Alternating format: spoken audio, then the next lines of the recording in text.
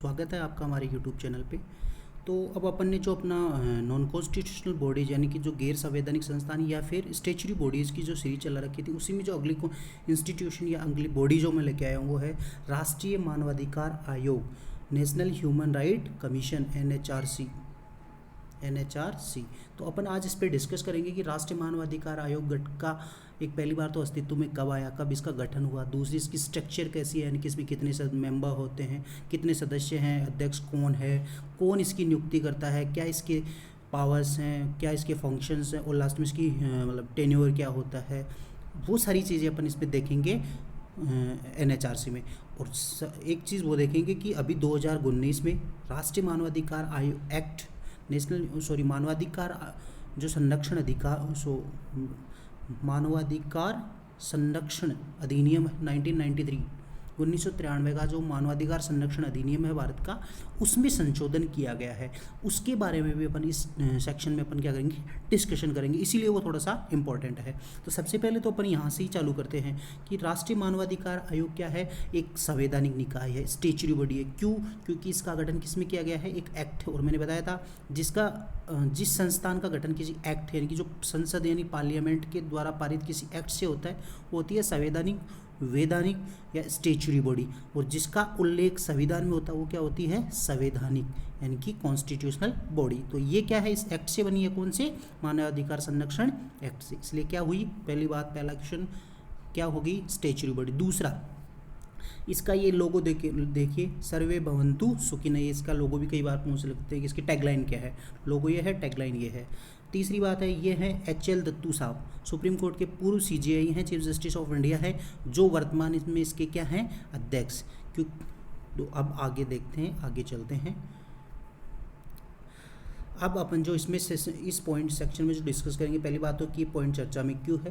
दूसरा देखेंगे राष्ट्रीय मानवाधिकार आयोग यानी कि NHRC की क्या स्ट्रक्चर यानी कि मेंबर्स कितने हैं, कितना इनका टेन्योर होता है, क्या इनके पावर, क्या चीज़ें हैं वो सब, कौन इनका अपॉइंटमेंट करता है, वो सारी चीज़ें। तीसरी चीज़ देखेंगे वो है आयोग की शक्तियाँ यानी कि इसकी पावर्स और इसके फंक्शंस, इसके काम क्या है। फोर्थ है वो है मानवाधिकार संरक्षण संशोधन अधिनियम 2019, जो मानवाधिकार अधिनियम है 1993 का, उसमें संशोधन किया गया अगस्त 2019 में। उसके बारे में भी अपन पढ़ेंगे, इसी कारण ये थोड़ा सा इस साल के लिए इम्पोर्टेंट है, वो देखेंगे। लास्ट में कुछ इंपॉर्टेंट फैक्ट्स वो करंट अफेयर के पॉइंट ऑफ व्यू से वो देखेंगे, ठीक है। तो सबसे पहले चलते हैं अपन, और सबसे पहले ही जो अपना है कि चर्चा में क्यों है। तो चर्चा में होने का रीजन मैंने आपको बताया कि अगस्त 2019 में 2019 में मानवाधिकार संरक्षण अधिनियम, जो ओरिजिनल एक्ट बना था इंडिया में मानवाधिकारों के संरक्षण के लिए, वो बना था 1993 में। और यहाँ पे एक क्वेश्चन आता है कि इंटरनेशनल लेवल पे मानवाधिकारों के संरक्षण के लिए अधिनियम या फिर ऐसा चार्टर कुछ एक्ट बना है। तो एक चार्टर है, यूनाइटेड नेशन का चार्टर है, वो 10 दिसंबर, ये डेट याद रखना आगे भी आएगी, 10 दिसंबर 1948 को एक यूनाइटेड नेशन का मानवाधिकारों पे चार्टर एक्सेप्ट किया था। और इसी कारण इस दिन को अपन के, कौन से दिन को, 10 दिसंबर को क्या मनाते हैं, अंतर्राष्ट्रीय मानवाधिकार दिवस। और ये जो चार्टर था इसको बोलते हैं पेरिस सिद्धांत, यानी कि जो ये चार्टर के जो भी प्रोविजंस थे वो थे पेरिस सिद्धांत बोलते हैं। तो इसके कारण जो अपना एक्ट है उसको भी ऐसे बोला जाता है कि ये जो अपना एक्ट है मानवाधिकार संरक्षण अधिनियम एक्ट 1993, वो किसके अकॉर्डिंग है, पेरिस सिद्धांत। तो कई बार क्वेश्चन पूछ ले, कभी कभी चर्चा में रहने वाला पेरिस सिद्धांत का संबंध किससे है, तो है किससे, मानवाधिकार संरक्षण से। तो पहला पॉइंट जो अपना कब बना, ओरिजिनल एक्ट था 1993 में। अब 2019 में इसमें क्या किया गया है, संशोधन क्या है वो मैं आगे लास्ट के सेक्शन में डिस्कशन करूंगा, क्या क्या संशोधन है वो इंपॉर्टेंट रहेंगे। तो इसके कारण तो ये क्या है, चर्चा में है। अब सबसे पहली बात ये आती है, आपके दिमाग में आती है कि ठीक है, अधिकार, मानव अधिकार क्या होते हैं। कई आपने देखे होंगे, कुछ होते हैं कानूनी अधिकार, कुछ होते हैं मानवाधिकार, कुछ होते हैं मूल अधिकार, फंडामेंटल राइट्स होते हैं, ह्यूमन राइट्स होते हैं, या फिर लीगल राइट्स होते हैं। तो क्या फ़र्क होता है, तो मानवाधिकार ऐसे अधिकार होते हैं जो मनुष्य को, यानी कि व्यक्ति मनुष्य है, मानव है, इसके कारण उसको मिले हैं, यानी कि जो पशुओं को नहीं है, जो किसी और चीज़ को नहीं है, लेकिन मनुष्य है, इसके कारण उसको मिले हैं। और वो बिना किसी भेदभाव क्या, कोई जाति यानी कि कास्ट, रिलीजन, रेस, इन सारे भेदभावों से परे होके वो सब ह्यूमन को मिले हैं वो है ह्यूमन राइट्स, जैसे कि जीवन का अधिकार, जीवन का अधिकार यानी कि जीने का अधिकार, ये ह्यूमन राइट है, मनुष्य को जीने का अधिकार है अपनी हिसाब से यानी कि स्वतंत्रता से जीने का। दूसरा है गुलामी, आप मनुष्य को क्या गुलाम बना के नहीं रख सकते, ये उसके मानवाधिकारों के खिलाफ है। इसके अलावा अभिव्यक्ति की स्वतंत्रता यानी कि फ्रीडम ऑफ एक्सप्रेशन, ये भी किस में आता है, मानवाधिकार में। काम और शिक्षा का अधिकार, ये भी क्या है, एक प्रकार के ह्यूमन राइट्स। तो ये है ह्यूमन राइट्स की कॉन्सेप्ट। अब है कोई भी व्यक्ति बिना किसी भेदभाव के इन अधिकारों को प्राप्त करने का, कि कोई भी मनुष्य होगा, ये इन सारी चीज़ों का उल्लेख कहाँ है, ये जो मैंने चीज़ें बोली हैं मानवाधिकार की डेफिनेशन, यूनाइटेड नेशन का जो चार्टर है 10 दिसंबर 1948 को जो एक्सेप्ट किया गया था उसमें इसका उल्लेख है। तो उन्हीं प्रावधानों के आधार पर भारत ने मानवाधिकार संरक्षण अधिनियम 1993 के प्रावधानों के तहत 12 अक्टूबर 1993 को राष्ट्रीय मानवाधिकार आयोग का क्या किया गया, स्थापना की गई। तो इंडिया में मानवाधिकार आयोग यानी कि नेशनल ह्यूमन राइट कमीशन की स्थापना कब हुई, 12 अक्टूबर 1993, 12 अक्टूबर 1993, ये ध्यान रखना भाई डेट कब हुआ। तो इंटरनेशनल लेवल पे यानी कि यूनाइटेड नेशन ने कब किया, 1948, इंडिया कितना लेट था 1993 में। तो कब इसकी स्थापना हुई, NHRC की, ठीक है, ये हो गया NHRC की स्थापना कब हुई, 1993। एक्ट कौन सा, मानवाधिकार संरक्षण अधिनियम 1993। चूंकि एक्ट के अधीन हुआ है इसलिए कौन सी बॉडी होगी, संवैधानिक निकाय, स्टैच्यूटरी बॉडी, ठीक है। अब अगला पॉइंट ये देखिए, अब देखते हैं मानवाधिकार आयोग की संरचना, स्ट्रक्चर जहाँ कई बार क्वेश्चन आता है मेंस की, स्टेट PCS में दोगे कि राष्ट्रीय मानवाधिकार आयोग की संरचना, तो संरचना में केवल ये नहीं लिखना है कि इसमें इतने सदस्य हैं इतने मेंबर, नहीं, उसमें ये भी बताना है कि उनकी अपॉइंटमेंट की प्रोसेस क्या होती है, कौन इनको नियुक्त करता है, कौन सी कमेटी करती है, क्या प्रोसेस होती है, वो सारा। तो सबसे पहले NHRC ये क्या है, बहुसदस्य यानी कि इसमें एक से ज़्यादा सदस्य हैं, मल्टी मेंबर, ठीक है, बहुत से एक से ज़्यादा सदस्य हैं, जिसमें एक अध्यक्ष यानी कि 1+4, एक अध्यक्ष होता है, 4 पूर्णकालिक यानी कि जिनका फुल टर्म जिनका कार्यकाल होता है वो सदस्य होते हैं। तो एक अध्यक्ष और 4 सदस्य होते हैं। इसके अलावा 4 मानद सदस्य क्या होते हैं, यानी कि वो मैं आपको आगे बताऊंगा। मानद सदस्य होते हैं कि जो किसी इंस्टीट्यूट जैसे SC/ST कमीशन होता है, इसका जो अध्यक्ष होगा वो अपने आप ही मानवाधिकार आयोग का क्या होगा, सदस्य होगा। उस सदस्य को क्या बोलते हैं, मानद का मतलब होता है कि आपको कोई पोस्ट मिली हुई है, इसके कारण आपको किसी भी चीज़ के क्या हो सकते हो, सदस्य, इसके कारण उस चीज़ को क्या बोलते हैं, मानद, ठीक है। अब जैसे SC/ST का कोई भी अध्यक्ष बनेगा तो ऑटोमेटिकली क्या होगा, मानवाधिकार आयोग का क्या होगा, सदस्य, इसलिए उसको बोलते हैं मानद सदस्य, ठीक है। एक होता है मानद सदस्य, 4 मानद सदस्य, 4 पूर्णकालिक, 1 क्या अध्यक्ष, ठीक है। अब है अध्यक्ष और सदस्य, जो एक अध्यक्ष प्लस 4 सदस्य हैं। अब आती है बात इनकी नियुक्ति की, इनका अपॉइंटमेंट कौन करता है। तो अपॉइंटमेंट क्वेश्चन आएगा, इनका अपॉइंटमेंट कौन करता है, राष्ट्रपति, लेकिन राष्ट्रपति डायरेक्ट नहीं करता, इसके लिए क्या होती है, कमेटी होती है। कमेटी कितने मेंबर की होती है, 6 मेंबर की कमेटी होती है भाई, 6 मेंबर की एक कमेटी होगी, वो नाम रिकमेंड करेगी किसको, प्रेसिडेंट को, प्रेसिडेंट उस नाम को क्या करेगा, अपॉइंटमेंट करेगा। अब है कि कौन सदस्य होते हैं भाई, इसके सदस्य कौन होते हैं, 6 कौन कौन होते हैं। तो सबसे पहले होता है प्राइम मिनिस्टर, ठीक है, पहला कौन होगा, प्राइम मिनिस्टर, पहला देखो प्राइम मिनिस्टर, ठीक है। इसके अलावा लोकसभा का अध्यक्ष, राज्यसभा का उपसभापति, ठीक है। इसके अलावा संसद के दोनों सदनों के मुख्य विपक्षी नेता, यानी कि कौन से, लोकसभा का विपक्ष के नेता और राज्यसभा के विपक्ष के नेता। इसके अलावा केंद्रीय गृह मंत्री। तो ये 6 सदस्य वाली क्या होगी, कमेटी, ये नाम का रिकमेंडेशन करेगी, उसको प्रेसिडेंट क्या कर देंगे, अपॉइंटमेंट कर देंगे, किस मेंबर और एक अध्यक्ष और 4 पूर्णकालिक सदस्य, ठीक है। अब आता है इनका कार्यकाल, टेन्योर कितना होता है। तो राष्ट्रीय मानवाधिकार आयोग के अध्यक्ष और सदस्यों का कार्यकाल 3 वर्ष या 70 वर्ष, ये इंपॉर्टेंट है। यहाँ से जो पहले का कार्यकाल था वो था 5 वर्ष, यहाँ कन्फ्यूज हो गया आप, डाउट करोगे 5 वर्ष था, 5 वर्ष या 70 वर्ष था, यानी कि 5 साल का हो जाए या फिर 70 वर्ष उनकी एज हो जाए। लेकिन अभी जो 2019 का संशोधन किया गया मानवाधिकार एक्ट में, उसके अकॉर्डिंग ये एज 5 वर्ष से घटा के क्या कर दी है भाई, 3 वर्ष, ये पहला संशोधन है। दोबारा मैं डिस्कस करूंगा आगे भी कि क्या क्या संशोधन हुए अलग से, लेकिन यहीं पे भी चलेगा कि इनका एक पहली बात तो टेन्योर कितना कर दिया गया है 3 वर्ष, ठीक है, या फिर 70 वर्ष, ये वाला तो एज इट इज है। दूसरी है ये पुनर्नियुक्ति, ये क्वेश्चन भी कई बार आता है कि ये पुनर्नियुक्ति के यानी कि इनको रीअपॉइंट कर सकते हैं नहीं, तो बिल्कुल कर सकते हैं भाई। जैसे यूपीएससी होता है तो यूपीएससी के मेंबर दोबारा रीअपॉइंटमेंट के लिए वो एलिजिबल नहीं होते, लेकिन ये वाले एलिजिबल होंगे, ठीक है, पहली बात। दूसरा है राष्ट्रीय मानवाधिकार आयोग का जो अध्यक्ष होता है, जो चेयरमैन है, उस पर कौन अपॉइंटमेंट कर सकते हो आप? उच्चतम न्यायालय यानी कि सुप्रीम कोर्ट का मुख्य न्यायाधीश है CJI, chief justice of India, कौन? रिटायर, के साथ साथ उच्चतम न्यायालय के अन्य न्यायाधीश भी, ये भाई रिटायर होने चाहिए। कौन से? सेवानिवृत्त मुख्य न्यायाधीश या फिर उच्चतम न्यायालय के अन्य न्यायाधीश। अभी तक 2019 वाले संशोधन से पहले तक ओनली ये प्रोविजन था कि उच्चतम न्यायालय का मुख्य न्यायाधीश ही क्या हो सकता है? राष्ट्रीय मानवाधिकार आयोग का अध्यक्ष बन सकता है। लेकिन इस संशोधन 2019 वाले से क्या कर दिया? उच्चतम न्यायालय के और कोई न्यायाधीश भी नहीं, सुप्रीम कोर्ट का और कोई जज, रिटायर्ड जज भी क्या बन सकता है? रिटायर्ड है भाई दोनों, ये रिटायर्ड ही बन सकता है। सेवानिवृत्त न्यायाधीश भी क्या, अब क्या सीजीआई के अलावा अन्य न्यायाधीश भी क्या बन सकते हैं? अध्यक्ष बन सकते हैं। दूसरा संशोधन ये है, पहला ये है, लास्ट में दोबारा बताऊंगा ये। अब है एक सदस्य, अब ये तो हो गया अध्यक्ष की बात होगी, इसके बाद में आते हैं सदस्य, यानी कि 4 सदस्य होते हैं ना, ये वाले 4 मेंबर, उसमें एक सदस्य क्या होना चाहिए?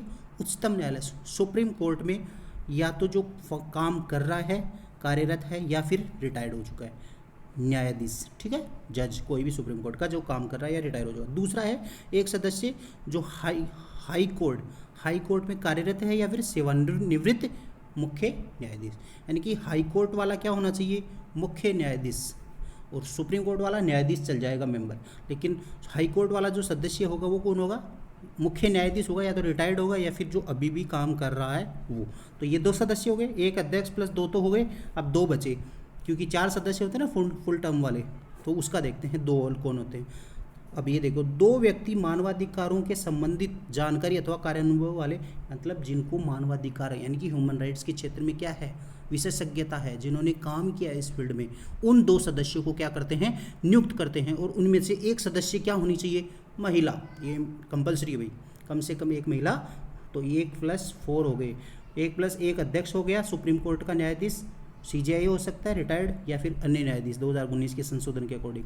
4 में से 2 कौन होंगे? एक हाई कोर्ट का, एक सुप्रीम कोर्ट का। सुप्रीम कोर्ट का न्यायाधीश, हाई कोर्ट वाला मुख्य न्यायाधीश, रिटायर्ड या फिर फंक्शन कर रहा हो। 2 जिनको ह्यूमन राइट के क्षेत्र में क्या हो? अनुभव हो, एक महिला होनी चाहिए। ये हो गए 1 + 4। अब अपन ने देखा था कि मानद सदस्य होते हैं, तो वो मानद सदस्य कौन कौन से होंगे? देखिए, इन पूर्णकालिक सदस्यों के अतिरिक्त राष्ट्रीय अनुसूचित जाति आयोग, यानी कि जो एससी कमीशन है, एसटी कमीशन है, राष्ट्रीय अनुसूचित जाति आयोग, राष्ट्रीय अनुसूचित जाति जनजाति आयोग, अल्पसंख्यक यानी माइनॉरिटी वाला कमीशन है, महिला आयोग है, राष्ट्रीय पिछड़ा वर्ग आयोग है, राष्ट्रीय बाल अधिकार संरक्षण आयोग है, के अध्यक्ष तथा दिव्यांग व्यक्तियों के कार्यालय के मुख्य आयुक्त को भी एनएचआरसी का क्या किया जाता है? सदस्य नियुक्त किया जाता है। ये लास्ट वाले 3 चीज़ें देखिए, एक ये पिछड़ा वर्ग, राष्ट्रीय बाल संरक्षण ये वाला बाल अधिकार संरक्षण आयोग, दिव्यांग वाला, और जो ये इनका जो आयुक्त है, इनको क्या किया गया है? 2019 के संशोधन से जोड़ा गया है। पहले कौन थे? एससी, एसटी, महिला और माइनॉरिटी, ये 4 सदस्य थे। अब इनको भी क्या किया गया है? मानद सदस्य के रूप में जोड़ा गया है, ठीक है। तो ये थी इसकी स्ट्रक्चर, ये था इसकी स्ट्रक्चर। नियुक्ति कौन करता है? राष्ट्रपति। किसकी सिफारिश पर? एक कमेटी, 6 सदस्य वाली कमेटी की सिफारिश पे। 4 सदस्य, 1 + 4। 2019 के संशोधन थोड़े ध्यान में रखना, वो इम्पोर्टेंट ज़्यादा हैं, ठीक है।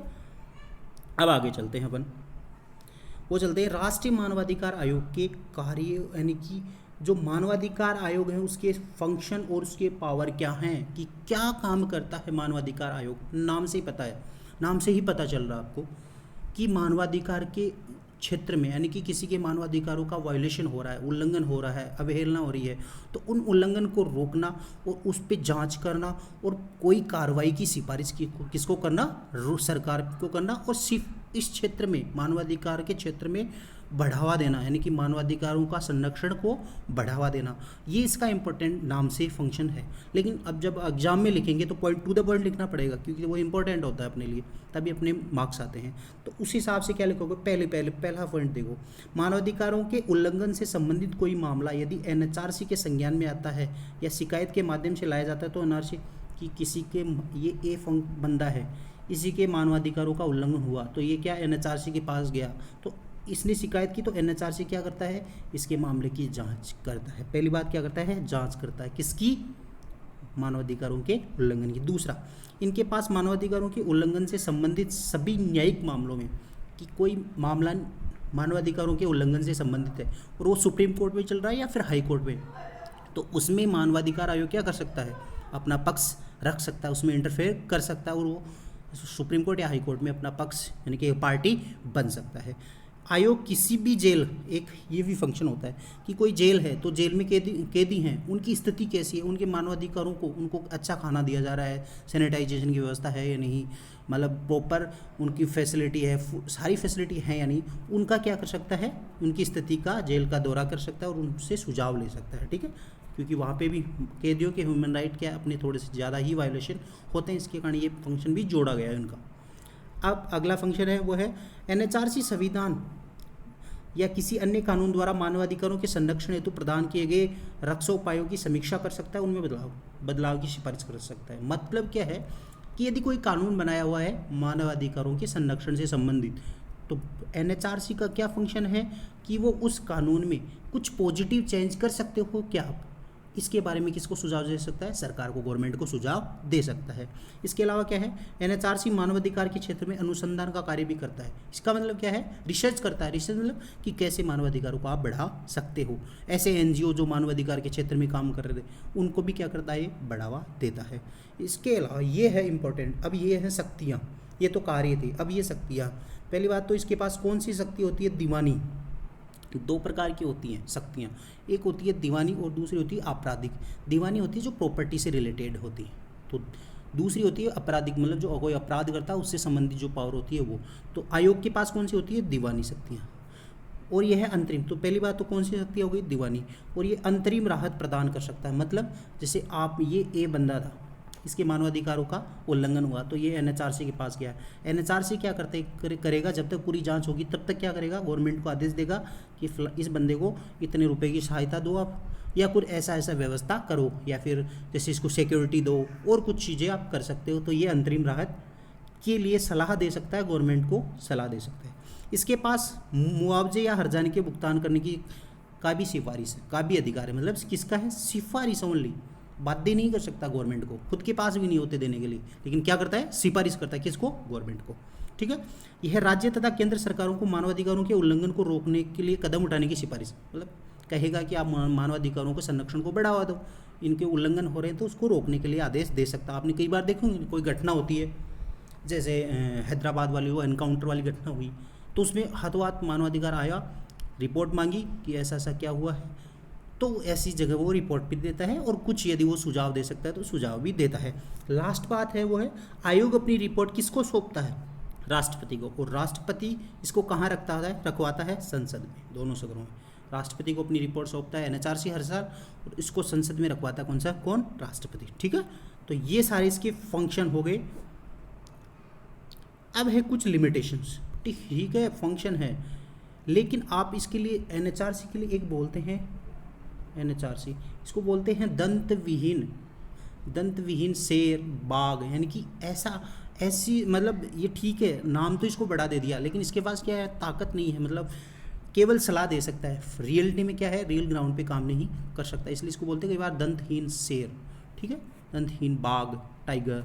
ठीक है, क्यों बोलते हैं, क्योंकि इसके पास पावर कम है काम करने वाली, दिखाने के लिए बहुत बड़ा है, मतलब एक तरह से शेर है लेकिन काट नहीं सकता किसी को, किसी पे बंदिश कम लगा सकता है, केवल सिफारिश कर सकता है। तो इसकी जो सीमाएं वो है, पहली है राष्ट्रीय मानवाधिकार आयोग के सीमित अधिकार होते हैं, और इसकी कार्य प्रवृत्ति क्या है, केवल सलाहकारी, मतलब केवल एडवाइस देता है गवर्नमेंट को कि ये काम हुआ है, ये आप करो, ऐसा करो, खुद कुछ नहीं कर सकता क्योंकि इसके पास पावर नहीं है, क्योंकि इसके पास फाइनेंशियल सपोर्ट नहीं है, कुछ जांच करने की एजेंसी नहीं है, केवल और केवल क्या करता है, सलाह देता है, एडवाइस देता है।